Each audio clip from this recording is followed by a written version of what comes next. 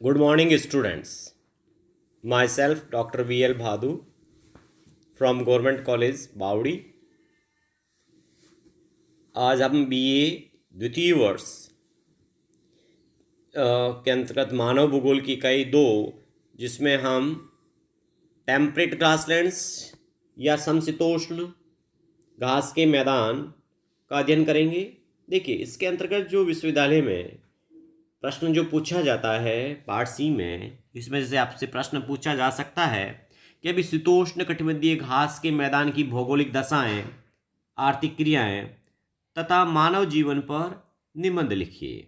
देखिए, तो इस टॉपिक के बारे में हम स्टडी के जो पॉइंट हैं वो कॉमन पॉइंट ही रहेंगे जो अभी तक हम इस जो पर्यावरणीय प्रदेशों को पढ़ते आ रहे हैं। तो इसमें फर्स्ट है इसमें स्थिति और विस्तार। तो देखिए, ये जो घास के मैदान है यानी ये प्रदेश 30 डिग्री से 45 डिग्री अक्षांशों के बीच महाद्वीपों के भीतरी भाग में स्थित है। यानी ना तो ये पूर्व में है ना पश्चिम में, बल्कि भीतरी भाग में है। तो ये शब्द आपके लिए इंपॉर्टेंट है। डिग्रियां भी है कि 30 से 45 डिग्री अक्षांशों के बीच, पर महाद्वीपों कौन से भाग में? तो भीतरी भाग में। कई बार छोटे क्वेश्चन में कॉम्पिटिशन में भी आता है कि शीतोष्ण घास के मैदान महाद्वीपों की किस दिशा में पाए जाते हैं? पूर्व, पश्चिम, भीतर, उत्तर, दक्षिण, ऐसे ना। तो भीतरी भाग में इनको स्टेपी प्रदेश भी कहते हैं। इसके अंतर्गत जो क्षेत्र आते हैं जिसमें यूरेशिया में तुरान, रूस के कैस्पियन तट के प्रदेश, डैन्यूब का मैदान, मंचूरिया, उत्तरी अमेरिका में मिसिसिपी का बेसिन, कैलिफोर्निया का निचला प्रदेश, मैक्सिको का पठार, दक्षिणी अमेरिका में अर्जेंटीना के पंपाज, अफ्रीका के वेल्ड का पठार, ऑस्ट्रेलिया में विक्टोरिया तथा न्यू साउथ वेल्स के भीतरी भाग जो डाउन्स कहलाते हैं। देखिए, यूरेशिया में इसका सर्वाधिक विस्तार पाया जाता है ना। यूरेशिया, एशिया और यूरोप में ना, जो काला सागर के तट से लेकर 3000 किलोमीटर तक 3000 किलोमीटर पूर्व अल्टाई पर्वत तक हैं। और उत्तरी अमेरिका में इसका विस्तार रॉकी पर्वतपदी भाग से लेकर महान झील प्रदेश तक है। दक्षिणी गोलार्ध में शीतोष्ण कटिबंध के अंतर्गत महाद्वीपों के संकरे होने के कारण इन तृण प्रदेशों का विस्तार कम है। अब देखिए, यहाँ का धरातल कैसा है घास के मैदानों का। तो देखिए, इस प्रदेश में अधिकांश घास के मैदान पाए जाते हैं। अरल सागर के नीचे कुछ रेगिस्तानी दशा पाई जाती है।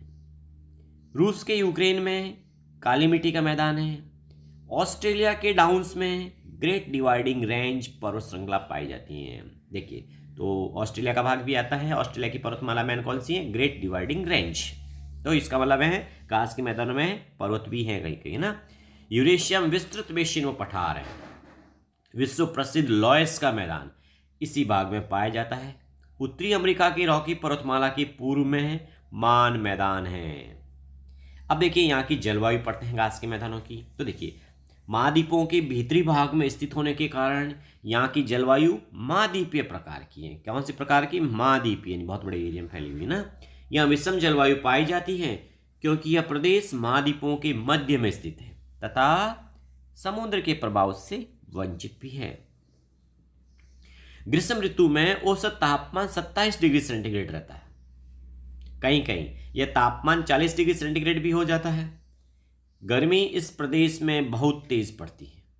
शीत ऋतु में कठोर शीत पड़ता है।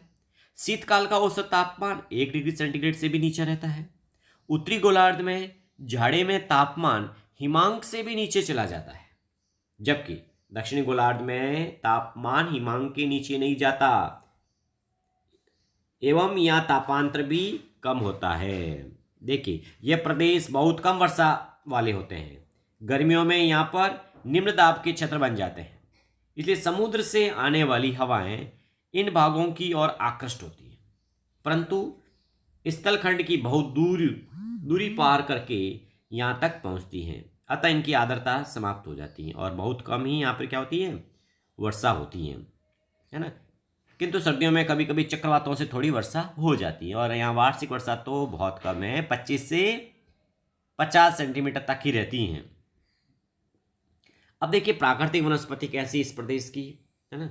तो यहाँ की जलवायु घास के उत्पादन के अनुकूल होने के कारण इस प्रदेश में घास के अतिरिक्त अन्य प्राकृतिक वनस्पति नहीं उगती। यहाँ की घास छोटी और गुच्छेदार होती है। कम वर्षा वाले भागों में झाड़ियां पाई जाती हैं। घास के मैदान में पेड़ दृष्टिगोचर नहीं होते।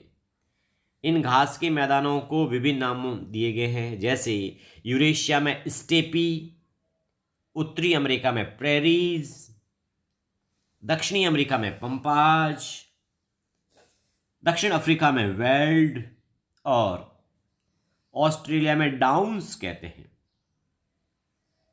उत्तरी अमेरिका में प्रेरीज प्रदेश में अधिक वर्षा होने के कारण लंबी घनी घास पाई जाती है, जबकि यूरेशिया के स्टेपी में कम वर्षा के कारण छोटी और बिखरी घास मिलती हैं।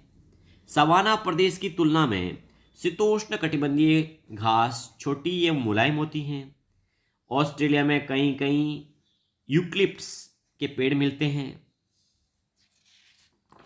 अब देखिए यहाँ का आर्थिक विकास कैसे हुआ, यानी लोगों का जो व्यवसाय है घास के मैदानों का, तो यहाँ ये लोग कृषि भी करते हैं, पशुपालन भी करते हैं, है ना, खनिजों में भी लगे हैं और थोड़े बहुत लोग जो है ना उद्योगों में भी इसमें लगे हुए हैं।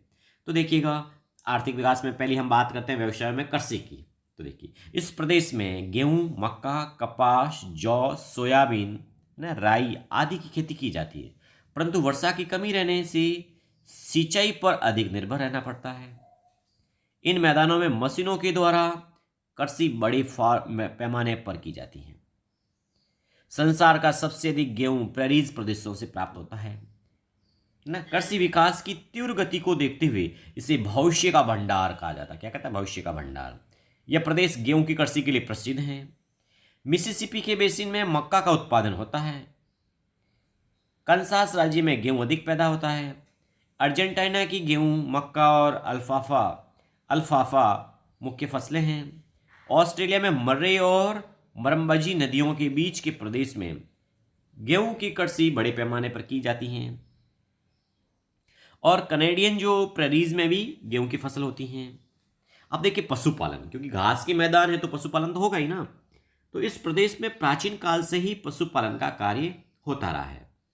आज भी विश्व की सर्वाधिक भेड़ें इसी प्रदेश में हैं। ऑस्ट्रेलिया के मरे डार्लिंग बेसिन नदियों के बेसिन में भेड़ चराने का प्रमुख व्यवसाय है। यानी ऑस्ट्रेलिया में कौन सी नदियों के बेसिन में भेड़ों को चलाया जाता है? वहाँ मेरिनो भेड़ें होती बताइएगा, तो मरे डार्लिंग बेसिन में।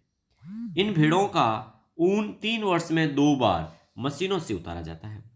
अर्जेंटीना में गायें तथा भेड़ बकरियां पाली जाती हैं। इनका ऊन तथा गोश्त यूरोपीय देशों को निर्यात किया जाता है। उत्तरी अमेरिका में पशुपालन उद्योग आधुनिक ढंग से किया जाता है। एशिया के स्टेप्स में यह धंधा पुराने ढंग से चलाया जा रहा है। चारागाहों के लिए इस प्रदेश में विस्तृत भूमि उपलब्ध है। यह जलवायु स्वास्थ्य के लिए भी अनुकूल है, जिसमें दूध, घी, पनीर आदि जल्दी खराब नहीं होते। अब देखिए खनिज भी यहाँ पर कुछ मात्रा में पाए जाते हैं। तो इस प्रदेश में कोयला, मिट्टी का तेल, सोना, लोहा इत्यादि खनिज भी पाए जाते हैं। अफ्रीका के ट्रांसवाल प्रांत में संसार की सबसे बड़ी सोने की खान है। अरे वाह भाई, अफ्रीका का कौन से प्रांत में? ट्रांसवाल, ओहो, साउथ अफ्रीका में ना। अफ्रीका के इसी क्षेत्र में किम्बरले की खानों से हीरा निकाला जाता है। हीरे की बड़ी खान कौन सी भाई? किम्बरले, ओके, अफ्रीका में ना। और संयुक्त राज्य अमेरिका तथा रूस के तुरान तुल्य क्षेत्र में मिट्टी के कुएं भी हैं। अब उद्योगों की हम बात करते हैं तो देखिए इसमें इस्पात, रसायन, सीमेंट, एल्युमिनियम, शक्कर, कपड़ा व जहाज निर्माण के कारखाने हैं। सोवियत संघ के महत्वपूर्ण औद्योगिक क्षेत्र जैसे कुज्नेस्क बेसिन स्टेपी प्रदेशों में पड़ते हैं। अर्जेंटीना में मांस उद्योग हैं, है ना। अब हम बात करते हैं यहाँ के मानव जीवन की। तो देखिए इस प्रदेश में 3 प्रमुख जातियां हैं। स्टेपीज घास के मैदानों में किर्गिज रहते हैं। पंपाज के अंदर ग्वाको जाति रहती है ना। और ग्रेट इंडियन में रेड इंडियंस जनजातियां हैं। तो किर्गिज लोग कैसे हैं इसके बारे में आप थोड़ा बहुत बताइएगा, है ना। यूनिवर्सिटी में जैसे सवाल आता है भाई एक लाइन में, किर्गिज है ना, क्या है मुख्य व्यवसाय, क्या किर्गिज का, कहाँ रहते हैं, तो है ना, कौन से प्रदेश के लोग हैं। तो देखिए किर्गिज, इन लोगों का मुख्य व्यवसाय पशुपालन और पशुचारण है। इनके मुख्य पशु भेड़, बकरी, गाय, ऊंट, घोड़े होते हैं। ये लोग घुमक्कड़ जीवन व्यतीत करते हैं, अर्थात इनमें ऋतु प्रवास पाया जाता है। एक स्थान पर घास समाप्त होने पर दूसरे स्थान को पशु लेकर चले जाते हैं। ये लोग सदैव उस स्थान पर रहते हैं जहां पानी प्राप्त होता रहे। गर्मियों में पठार पर तथा जाड़ों में निचली घाटियों में रहते हैं। ये डेरों में रहते हैं। ऊंट की ऊन के कपड़े और भेड़ के चमड़े के कोट पहनते हैं। इनका भोजन दूध, पनीर और रोटी है। घोड़ों पर चढ़कर पशुओं की देखभाल करते हैं। तो इस तरह से कौन सी जनजाति? किर्गिज। अब देखिए, ग्वाको दक्षिण अमेरिका के पंपाज में रहते हैं और खानाबदेश लोग हैं। कैसे लोग हैं? खानाबदेश लोग। और पशुपालन का मुख्य व्यवसाय ही है। ये गाय है ना, भैंस, भेड़, बकरी पालते हैं। और रेड इंडियंस, उत्तरी अमेरिका के ग्रेट बेसिन में रेड इंडियंस जाति के लोग रहते हैं। अब इनकी संख्या घट गई है। तो इस तरह से हमने आज घास के मैदानों के बारे में स्टडी की है। अब आप बताइएगा, मेरे कुछ प्रश्नों के उत्तर दीजिएगा कि भी यूरेशिया में घास के मैदानों क्या कहते हैं?